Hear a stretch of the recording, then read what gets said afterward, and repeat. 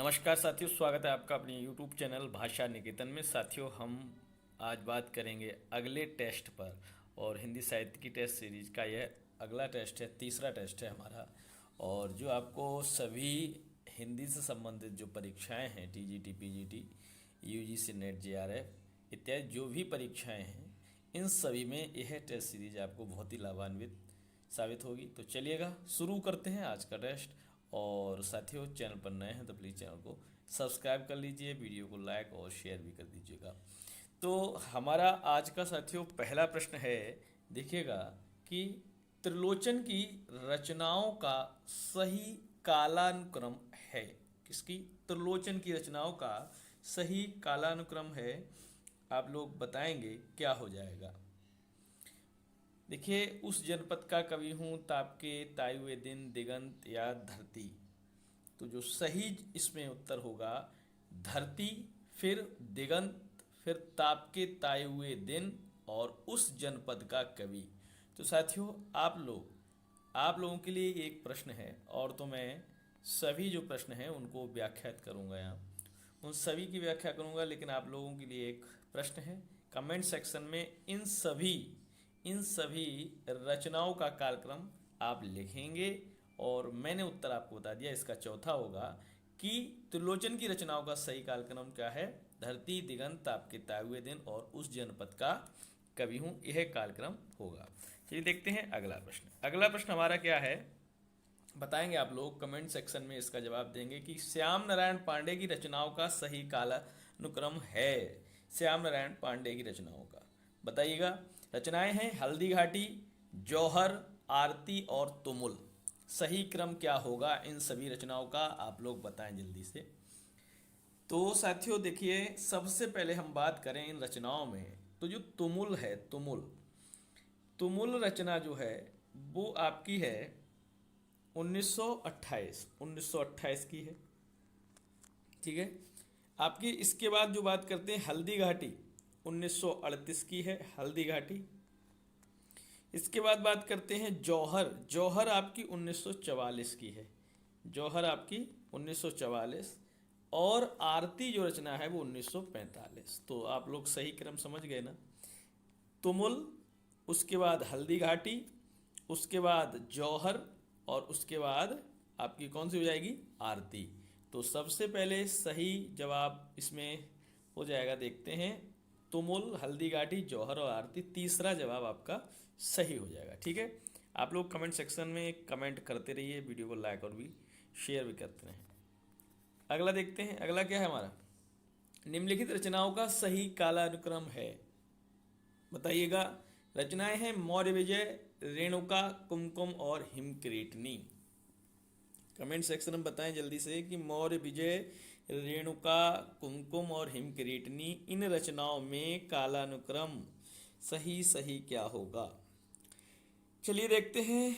तो इन सभी रचनाओं में मौर्य विजय जो आपकी रचना है 1914 की है, ठीक है। उसके बाद बात करते हैं रेणुका, वो रचना आपकी 1935 की है। उसके बाद बात करते हैं कुमकुम, ये आपकी 1939 की है।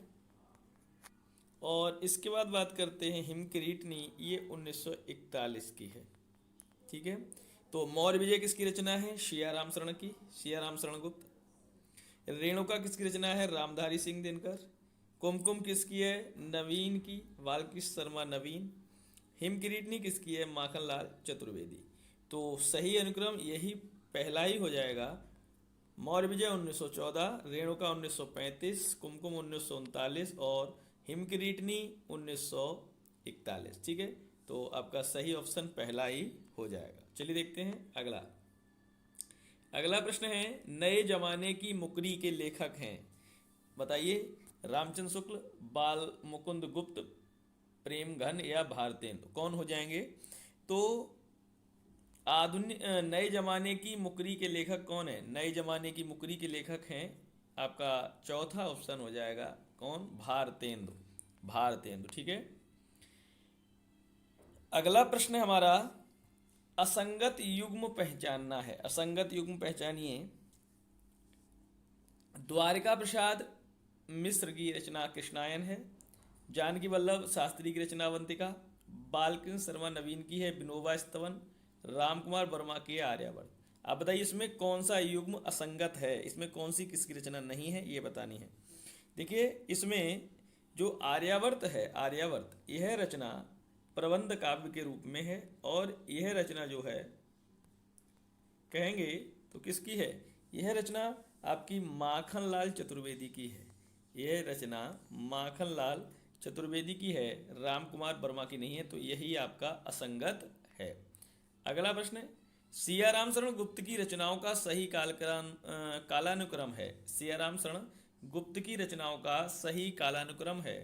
देखिए रचनाएं हैं आपकी मृणमयी, आत्मोत्सर्ग, पाथे, बापू। तो सही रचनाएं ये दी हैं, इनका सही कालानुक्रम क्या हो जाएगा। सबसे पहले हम बात करेंगे आत्मोत्सर्ग। आत्मोत्सर्ग, जो आत्मोत्सर्ग है वो है 1931। आत्मोत्सर्ग 1931। पाथेय, पाथेय जो है वो आपका हो जाएगा 1933। उसके बाद हम बात करेंगे मृणमयी। मृणमयी जो रचना है वो आपकी हो जाएगी 1936। और बापू जो रचना है वो है 1937। 1937। तो कालक्रम क्या हो जाएगा, सबसे पहले कहें तो आत्मोत्सर्ग, उसके बाद पाथे, उसके बाद मृणमयी, उसके बाद बापू। तो दूसरा ऑप्शन सही है, ठीक है, दूसरा ऑप्शन आपका सही है। चलिए देखते हैं अगला प्रश्न क्या है। असंगत युग्म पहचानना है। प्रणभंग रामधारी सिंह दिनकर, अवंतिका जानकी वल्लभ शास्त्री, हल्दी घाटी सोहनलाल द्विवेदी, माता माखनलाल चतुर्वेदी। कौन सा असंगत है, कौन सी रचना किस कवि की नहीं है। आप लोग बताएंगे असंगत युग्म। तो साथियों हल्दी घाटी जो है वो सोहनलाल द्विवेदी की नहीं है, किसकी है, तो श्याम नारायण पांडे की रचना है। श्याम नारायण पांडे की रचना है हल्दी घाटी। अगला हमारा है प्रश्न, कमेंट सेक्शन में आप लोग कमेंट जरूर करें, आप लोग अपने जवाब जरूर दें। माखनलाल चतुर्वेदी ने किस पत्रिका का संपादन नहीं किया है। माखनलाल चतुर्वेदी ने किस पत्रिका का संपादन नहीं किया है। प्रभा, चांद, प्रताप और करमवीर में से किस, इनमें से किस पत्रिका का नहीं किया है। तो प्रभा का किया है, और प्रताप का किया है, करमवीर का भी किया है, लेकिन चांद पत्रिका का संपादन नहीं किया है माखनलाल चतुर्वेदी जी ने। तो दूसरा ऑप्शन इसका सही हो जाएगा। अगला प्रश्न है, निम्नलिखित में कौन सा कथन सही नहीं है। निम्नलिखित में कौन सा कथन सही नहीं है। माखनलाल चतुर्वेदी ने कसमई देवाय नामक कविता लिखी है। रामधारी सिंह दिनकर ने प्रणभंग नामक खंड काव्य लिखा है। उदयभान हंस हिंदी साहित्य पत्रिका में रुबाई के प्रवर्तक माने जाते हैं। और रामेश्वर शुक्लांचल ने करील को शोषित का प्रतीक माना है। बताइएगा कौन सा सही है, कौन सा सही नहीं है, आपको बताना है। बताइए इसमें से कौन सा सही नहीं है, कमेंट सेक्शन में बताएं। तो सही जवाब इसका जो कसमई देवाय नामक कविता वो माखनलाल चतुर्वेदी जी की नहीं है, वो रामधारी सिंह दिनकर जी की है। तो दिनकर की रचना है ये, ठीक है, लेकिन ये सभी और अन्य ऑप्शन सही हैं, ठीक है। अगला हमारा प्रश्न है, हालावाद के प्रवर्तक माने जाते हैं। हालावाद के प्रवर्तक रामधारी सिंह दिनकर, हरिवंश राय बच्चन, सुभद्रा कुमारी चौहान और बालकृष्ण शर्मा नवीन। जल्दी से बताइएगा हालावाद के प्रवर्तक कौन है। तो बड़ा ही सरल सा प्रश्न है। तो हालावाद के प्रवर्तक कौन है, हरिवंश राय बच्चन है। हरिवंश राय बच्चन, दूसरा ऑप्शन सही है। अगला प्रश्न है हमारा, राम कुमार वर्मा द्वारा रचित रचना नहीं है।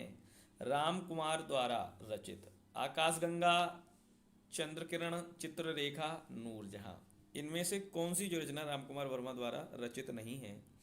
तो साथियों इनमें से जो रचना नहीं है वो आप लोग कमेंट सेक्शन में लिखेंगे। राम कुमार वर्मा द्वारा रचित रचना नहीं है, तो इसमें से नूरजहां नहीं है, क्योंकि नूरजहां जो रचना है वो गुरु भक्त सिंह की है। किसकी है, गुरु भक्त सिंह।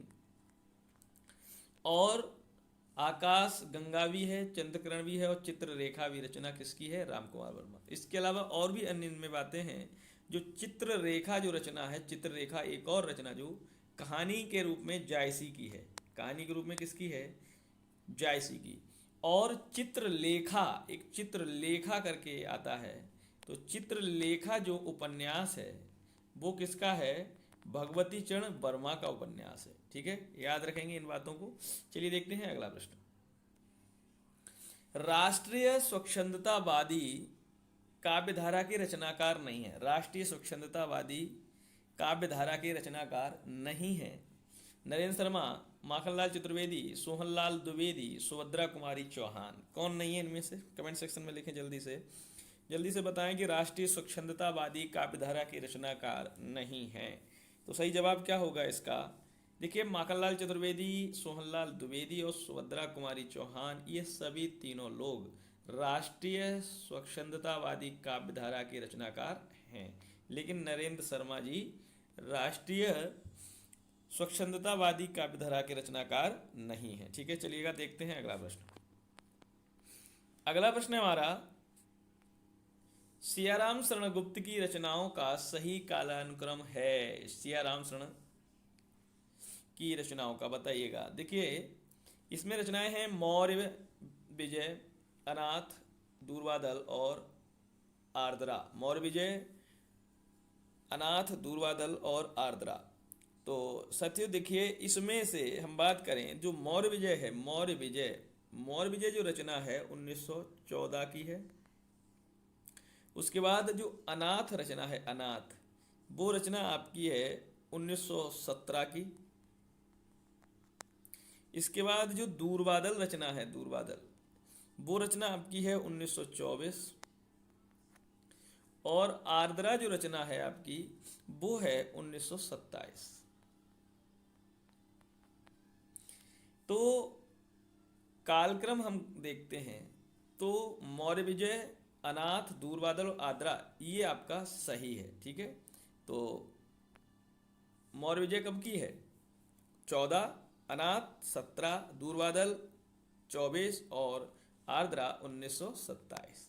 कुल मिला के आपका पहला ही ऑप्शन सही है। चलिए देखते हैं अगला प्रश्न। अगला प्रश्न हमारा, हरिवंश राय बच्चन की रचनाओं का सही कालानुक्रम है। हरिवंश राय बच्चन की रचनाओं का रचनाएं हैं मधुशाला, निशा निमंत्रण, मधुकलश, मधुबाला। बताइएगा। तो सही आपको बताना है क्रम। देखिए, इसमें सबसे पहले हम मधुशाला की बात करें तो मधुशाला जो है वो आपकी है 1935 की। दूसरे नंबर पे बात करते हैं मधुबाला, वो है 1936। तीसरे नंबर पे बात करते हैं मधुकलश, वो है 1937। और निशा निमंत्रण वो है 1938। ठीक है, ये सभी रचनाओं का कालक्रम है। याद रखेंगे तो पहला ही ऑप्शन इसमें कालक्रम के अनुसार अगर हम देखते हैं तो कौन सा हो जाएगा? दूसरा ऑप्शन सही हो जाएगा। सॉरी, दूसरा सही है, पहला नहीं, दूसरा ऑप्शन सही है। मधुशाला, मधुबाला, मधुकलश और निशा निमंत्रण। ठीक है, अगला प्रश्न क्या है हमारा? अगला प्रश्न है, सखे बता दो कैसे गाऊं अमृत विश्व का नाम न हो, जगे एशिया हिले विश्व और राजनीति का नाम न हो। चर्चित पंक्ति के प्रयोक्ता आपको बताने हैं। सखे बता दो कैसे गाऊं अमृत विश्व का नाम न हो और जगे एशिया हिले विश्व और राजनीति का नाम न हो। किसकी है बताइए? बालकृष्ण शर्मा नवीन, माखनलाल चतुर्वेदी, सियाराम शरण गुप्त और मोहनलाल महतो वियोगी। कौन हो जाएगा सही जवाब इसमें से कि किसकी पंक्ति हैं? तो ये पंक्ति हैं, कहें तो माखनलाल चतुर्वेदी जी की पंक्ति हैं। माखनलाल चतुर्वेदी जी की पंक्ति हैं, सही है। चलिए देखते हैं अगला प्रश्न है कि हरिवंश राय बच्चन की काव्य कृतियों का सही कालक्रम। रचनाएं हैं एकांत संगीत, आकुल, अंतर सतरंगिणी और मिलन यामिनी। ये रचनाएं हैं और इन रचनाओं में से आपको बताना है सही कालक्रम क्या है। तो देखते हैं, सही कालक्रम एकांत संगीत, ये आपका एकांत संगीत की बात करें तो 1937 की रचना। और आकुल अंतर, आकुल अंतर जो रचना है वो आपकी 1943। आकुल अंतर, आकुल अंतर जो है वो आपकी 1943 की रचना है। इसके बाद सतरंगिणी जो है, सतरंगिणी जो रचना है वो 1945 की है। और मिलन यामिनी, मिलन यामिनी जो रचना है वो आपकी 1950 की है। मिलन यामिनी 1950 की रचना है। तो सही कालक्रम आपका यही पहला ही ऑप्शन हो जाएगा। ठीक है, पहला ही ऑप्शन इसमें सही हो जाएगा। एकांत संगीत, आकुल अंतर, सतरंगिणी और मिलन यामिनी, ये कालक्रम है। अगला प्रश्न है,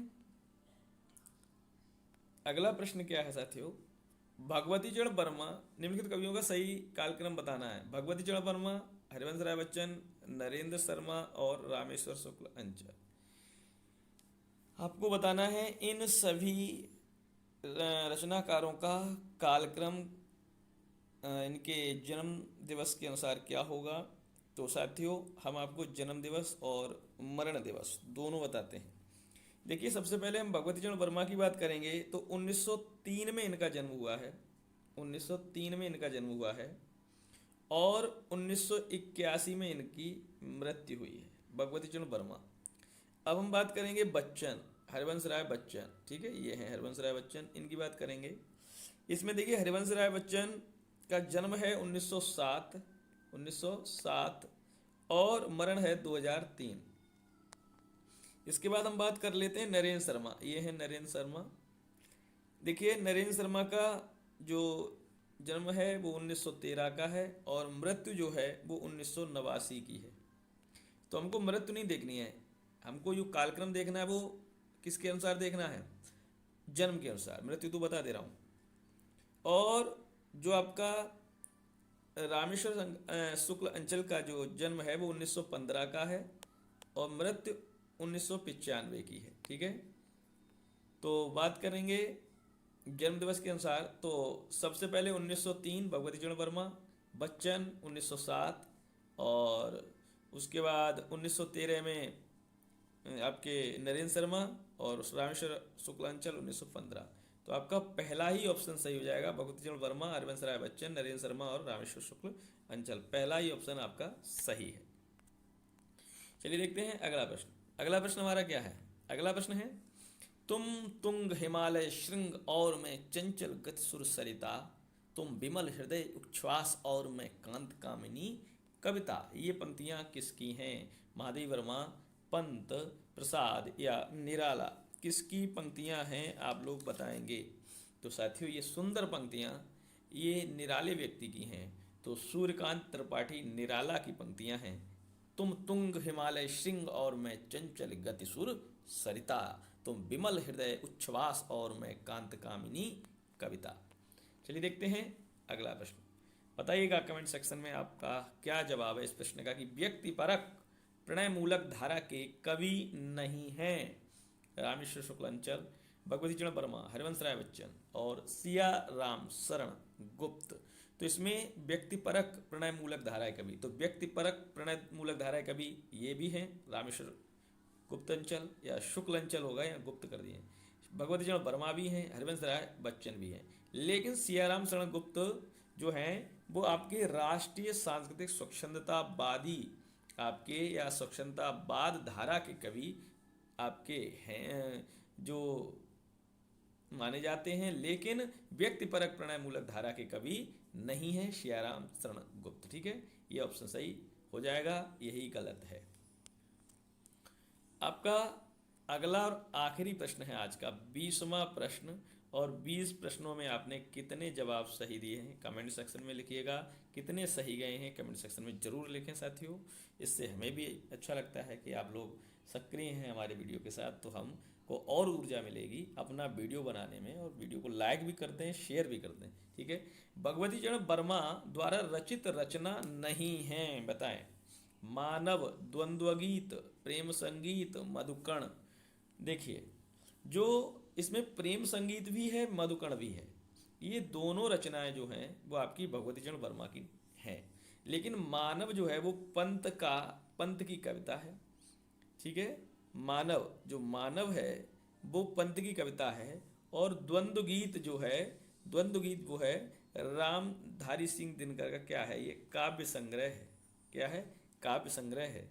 और इसके बाद आपका जो भगवती चरण वर्मा की मानव नहीं है, इसमें मानव नहीं है, क्या है, आज मानव का। आज मानव का, मानव शब्द से जो रचना है भगवती चरण वर्मा की वो है आज मानव का। कविता जो है आज मानव का है, मानव नहीं है।